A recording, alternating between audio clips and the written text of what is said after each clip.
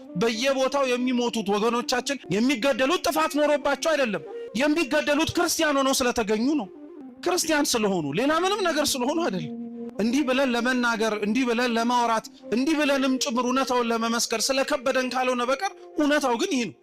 ሌላ ካለ እንግዲህ እግዚአብሔርም ያውቃል ጊዜም ጭምር ግልጽ ያረጋው ስለሌላው ግድ አይሰጠንም አንልም ክርስቲያኖች እንጂማ እንደዛ ብንሆን ኖሮ ማን ያሰቃየን ነበር ማን ይገለን ነበር ማን እንደፈለገ ሰይፍ ያነሳ አንገታችን ሊያሳርፍብን ነበር ማንንም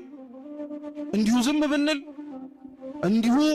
ራሳችንና ራሳችን ብቻ ነው እንጂ ለሌላው አይመለከተንም ብንል ምንም አንሆንም ግን እንደዛ እንድንሆን ደሞ ተብለን አልተጠራንም አልተዘጋጀን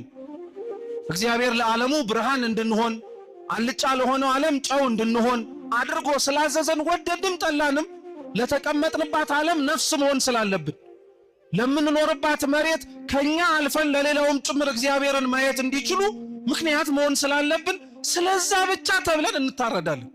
ስለዛ ብቻ ተብለን እንገደላለን ስለዛ ብቻ ተብለን ዋጋ እንድንከፍል እንደረጋለን የፈረሰችው ቤተክርስቲያን ነገ ተሰርታ ከፍ ብላ መታየቱ አይቀር የናቋት ቤተክርስቲያን ተመልሰው ተንበርከከው ይቅርታ እንደሚጠይቋት አይቀርም ምንም ጥርጥር የለም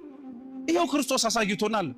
እርሱን የናቁት በኋላ ላይ ክብሩን እንዳዩት ሁሉ ዛሬም ቤተክርስቲያንን የናቋት ነገ ላይ ክብሯን ከፍ ብላ ይመለከቷት አንገታችንን መድፋት ያለብን ስለራሳችን ኃጢያት አንገታችንን መድፋት ያለብን ስለራሳችን በደል ነው እንጂ በክርስቶስ በደሙ የተዋጀች ቅድስት ቤተክርስቲያን ምንም አትሆን ትላንትና የነበሩት ያሰቃዩት ያንገላቷት ዋጋ ያስከፈሏት በሙሉ የሉም ዛሬ እርሷ ናት ያለች